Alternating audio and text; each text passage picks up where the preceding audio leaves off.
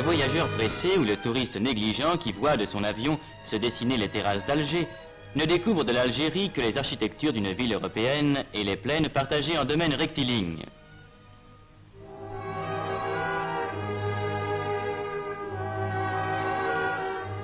Sur la route, si pareille aux routes de France, il retrouvera les paysages de l'Hérault avec l'immensité de leurs vignobles. Il reconnaîtra dans les villages qu'il traverse de vrais villages français dont l'exotisme n'apparaît qu'au costume des citadins.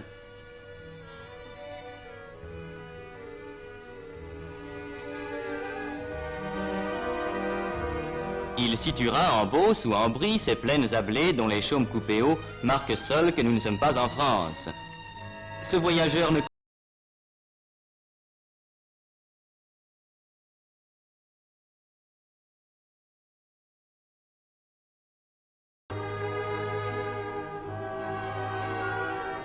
Déjà, il aura rencontré par centaines sur la route ces paysans venus de 20 km à la ronde, à pied ou à dos de mulet, poussant leurs bêtes.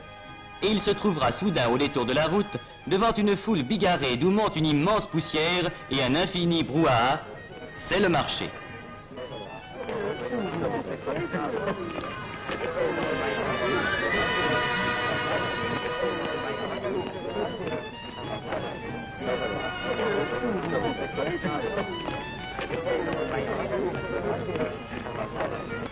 Là, 10 000 hommes peut-être se coudoient au plus près entre les bêtes attachées tête à tête et les échoppes en plein air où les artisans du coin offrent leurs marchandises.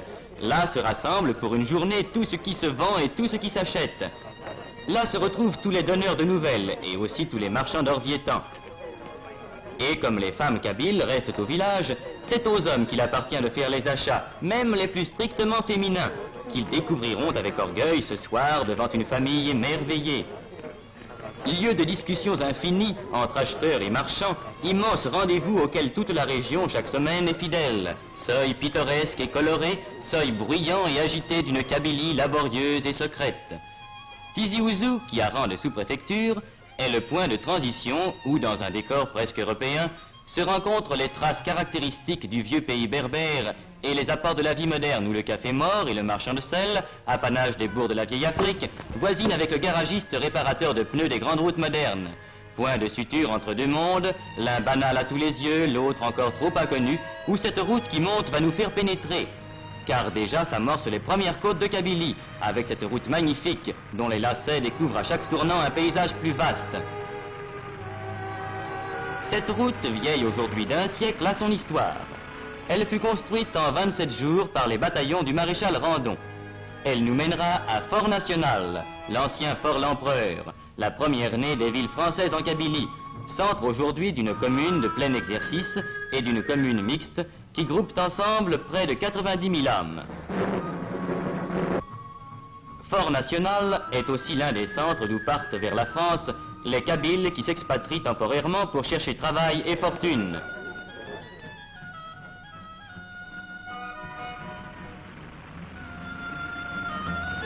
C'est de là que s'en vont ces travailleurs que les mines et les usines françaises emploient volontiers pour leur qualité, laissant au pays les femmes et les vieillards.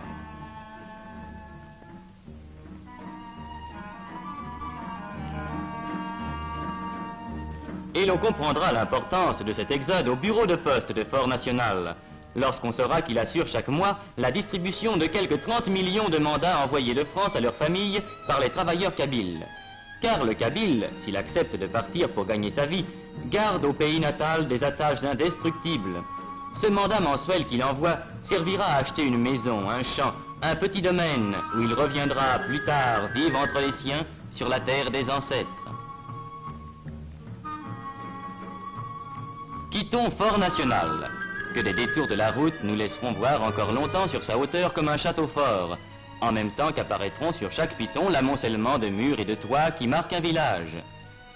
Car dans les temps anciens, les Kabyles, race autochtone, accrochés à leurs terres montagneuses, ont, par crainte des pillards et des envahisseurs, établi leur village sur les crêtes pour mieux résister aux attaques et aux incursions des conquérants.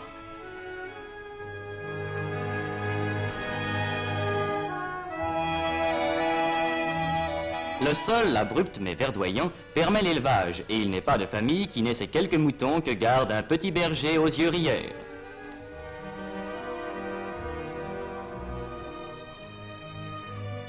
La terre est la seule richesse, la seule source de vie, la seule abondance. Pauvre abondance. Champs de Kabylie à flanc de coteaux, cultivés à force de peine, champs maigres qui laissent pousser de maigres moissons de seigle ou d'orge, d'où pendant des siècles le peuple kabyle a tiré son pain. Mais sur ces pentes, l'olivier abonde. L'apport français a développé dans le cadre familial cette culture qui donne à la Kabylie une part de son décor et une part de sa nourriture. À la saison des récoltes, on peut voir sur toutes les pentes ces groupes joyeux occupés à la cueillette, à laquelle tout le monde prend part.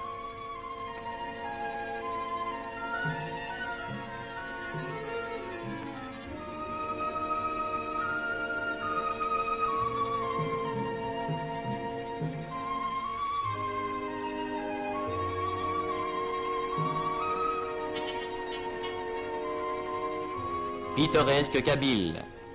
Il existe encore dans les villages éloignés de ces moulins primitifs, identiques à ceux qu'employaient les vieux berbères que ne purent abattre les Romains. Meules qu'ont remplacé aujourd'hui les moulins modernes, établis depuis une cinquantaine d'années dans les centres, mais qui continuent à verser le chaud liquide jaune d'or qui fera la joie du foyer.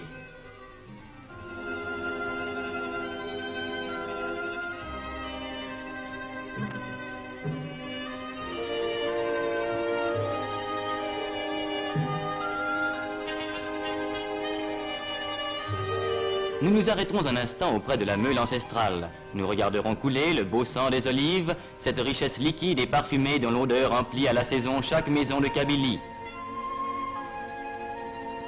Nous suivrons cette vieille chargée qui, comme autrefois, s'en va avec son fardeau vers son village haut perché.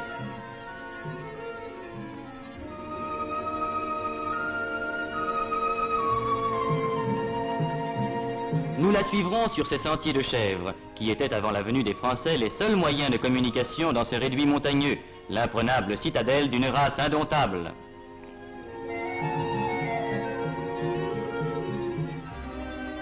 Nous parviendrons avec elle au village qui a souvent gardé son allure ancienne, avec ses chemins étroits entre les murailles, ses fileuses au seuil des portes et son grand air de dignité robuste.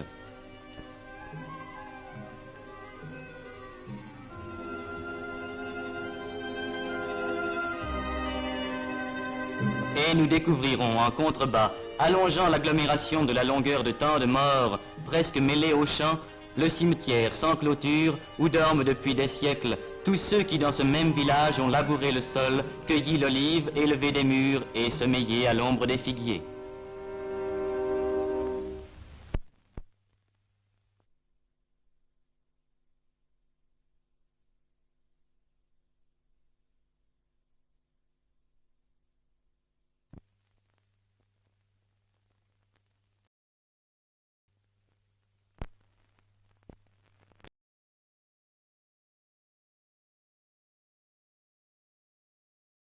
Pas une de ces forêts d'Europe aux fûts élevés sans effort jusqu'à de larges frondaisons. C'est une forêt d'une autre sorte. Le chêne-liège j'y est roi. Autre richesse primitive du pays kabyle, chaque année on y récolte par larges feuilles cette écorce légère qui partira vers les fabriques de France ou d'ailleurs où sa transformation s'accomplit. La forêt de Yakouren est l'un des centres mondiaux où s'approvisionne l'industrie du liège. Capitale des bouchons, la nomma un jour un voyageur. Boutade, boutade et vérité.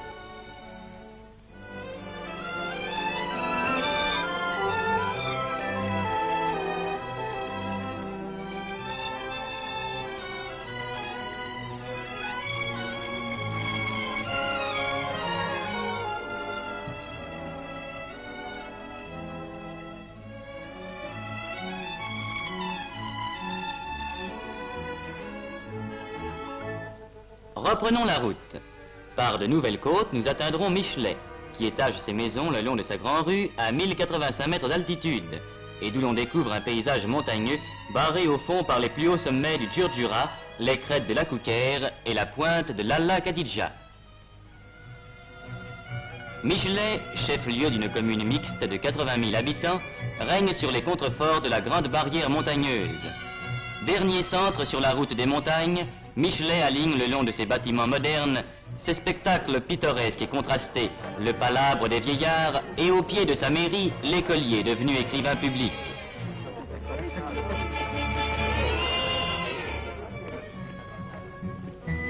Ici, comme en d'autres centres de Kabylie, la prévoyance française a créé un dispensaire, régulièrement fréquenté par la population, dont la mortalité enfantine se trouve aujourd'hui considérablement réduite. En Kabylie aussi, l'apport français a été de créer pour ce peuple terrien une école d'arboriculture, où jeunes Français et jeunes Kabyles apprennent l'art complexe de la greffe et de la plantation, la science de l'arbre qui dans l'avenir décuplera peut-être la richesse de la Kabylie en faisant un vaste verger.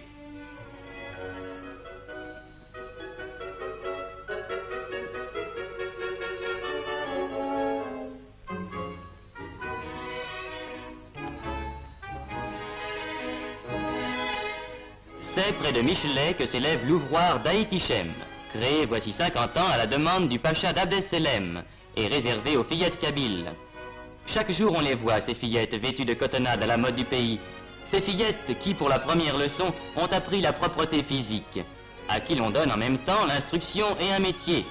Car cette école, qui a fait dans tout le pays kabyle la renommée d'Aït-Ichem, est l'une des grandes réussites de l'apport français.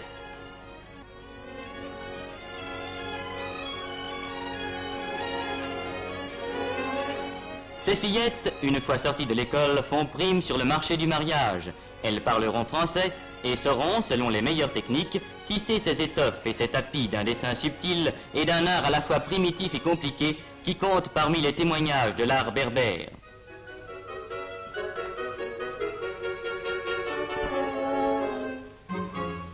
Mais ces fillettes témoignent aussi de l'importance qu'a prise en Kabylie l'assistance médicale depuis 100 ans. À Michelet, et c'est un exemple entre autres, les fillettes d'Aït-Ichem vont régulièrement subir un examen de santé à l'hôpital Sainte-Eugénie, où le personnel et le matériel répondent aux plus extrêmes exigences.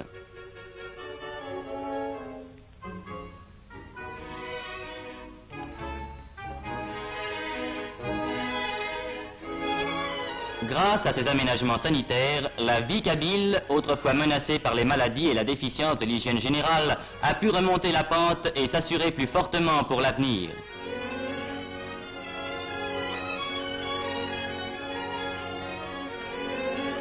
La population, si elle a longtemps marqué une certaine répugnance pour les soins de la médication européenne, s'y est maintenant habituée, et hommes et femmes font maintenant très couramment appel aux services installés par l'administration française. Certes, tout n'est pas fait en Kabylie, et l'essor de ce pays difficile ne pourra arriver à son plein développement qu'à la suite de très gros efforts. Mais c'est une marque de la continuité de cet effort que ces adductions d'eau, que ces barrages qu'on voit peu à peu surgir dans les vallées encaissées. Demain, ils permettront de créer dans tous ces villages perchés sur leurs pitons, grâce aux centrales électriques dont certaines sont déjà en action et d'autres en plein achèvement, plus de travail et plus de bien-être.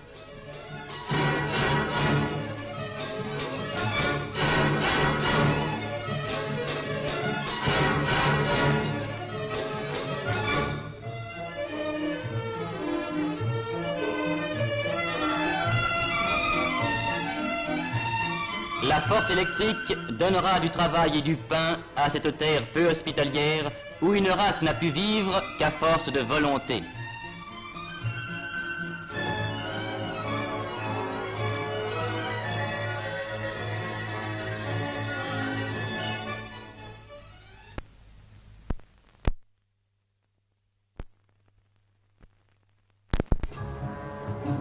Déjà, la route qui permet les échanges, qui facilite les transports, a été le premier bienfait. Le Kabyle, enfermé dans ses montagnes et qui n'avait que des sentiers, en connaît maintenant le charme et l'utilité.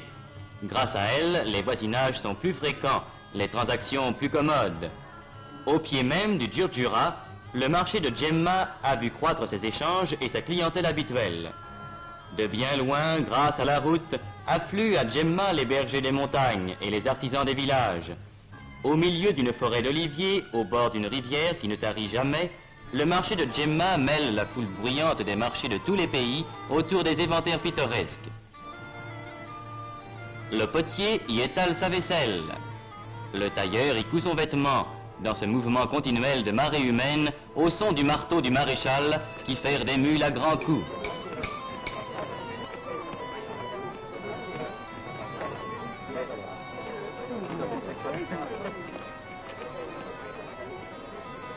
Mais la caractéristique de Djemma, c'est son marché aux bestiaux et sa boucherie en plein vent, où en l'espace d'une journée, des centaines de bêtes passent à l'abattoir. Tableau brutal et haut en couleur, où la vieille Kabylie apparaît dans sa truculente robustesse.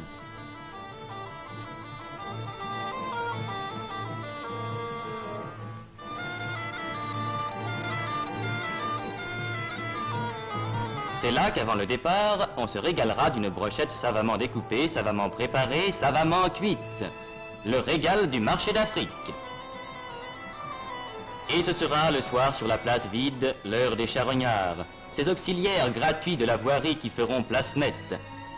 Abandonnons aux charognards le marché de Djemma et poursuivons notre route vers les villages des Beni Yeni. On ne connaîtrait pas la Kabylie sans avoir vu ces 6 villages qui en sont proprement le cœur. Sans doute, depuis l'ère française, les villages ont changé. La dure silhouette du château d'eau qui domine Aït Larba en est le premier témoignage. Car aujourd'hui, ces 6 agglomérations qui groupent la plus forte densité humaine en pays kabyle, 248 habitants au kilomètre carré, connaissent sur leur sommet le miracle de l'eau vivante, cette eau qu'il fallait naguère charrier le long des pentes.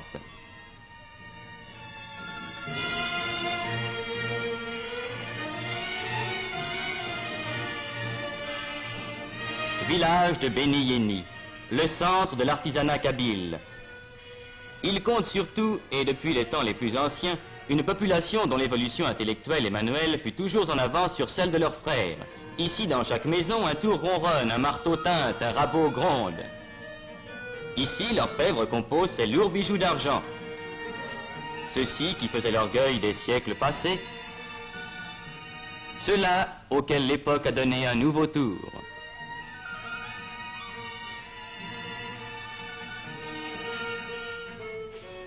Là, l'ébéniste ajuste ses coffrets délicats incrustés de nacre ou d'ivoire, dont les dessins gardent le caractère d'un art particulier resté pur des apports étrangers.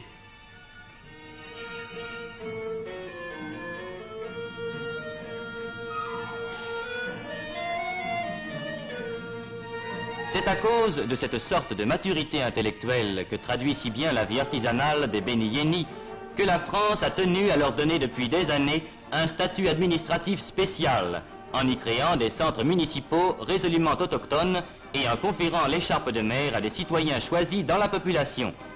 Cette innovation a depuis été grandement élargie, mais ce sera l'orgueil de la Kabylie d'avoir en Afrique du Nord donné les premiers musulmans saints de l'écharpe tricolore. C'est ainsi qu'on peut voir, comme au centre municipal de Tassaf Tougemoun, autour de son maire revenu de Paris après y avoir travaillé des années, un conseil municipal uniquement composé d'enfants du pays, examinant avec compétence les affaires de la commune, réglementant, décidant et statuant avec l'autorité sur l'administration communale.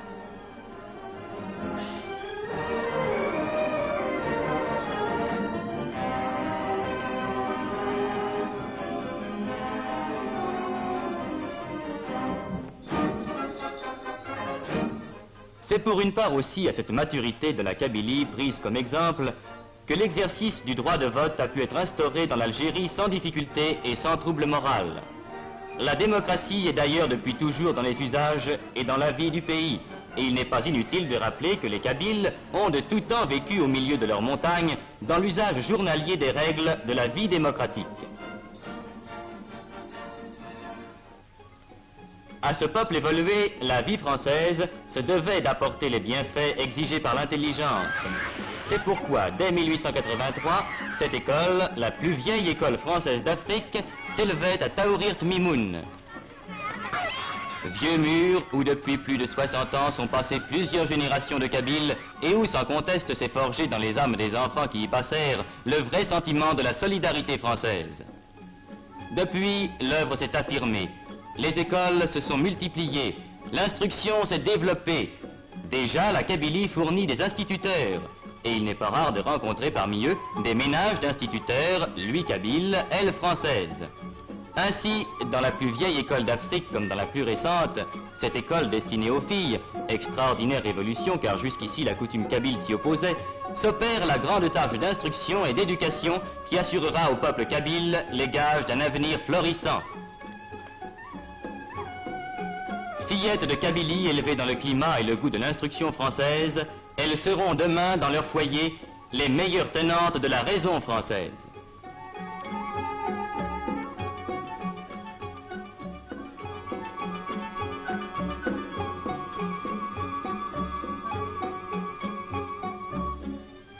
Maintenant, sur cette route qui gravit toujours la montagne, quel dernier spectacle réserve la Kabylie?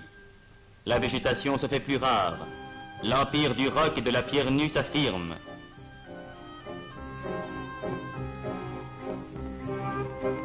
Un dernier village perdu dans sa montagne qui allonge ses toits étrangement plats, prescience d'un autre monde. La montagne toujours plus rude, toujours plus sèche.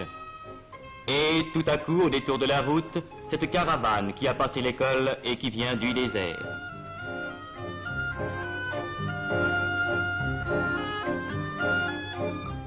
Un cèdre soudain poussé en plein rocher et dont la présence signale que nous arrivons à l'altitude de 2000 mètres. Maintenant, c'est seulement le silence, la fin de toute vie, la haute solitude. Nous sommes aux confins du pays kabyle, le Djurdjura bord l'horizon, au-delà commence le sable, le pays sans vie, le grand désert.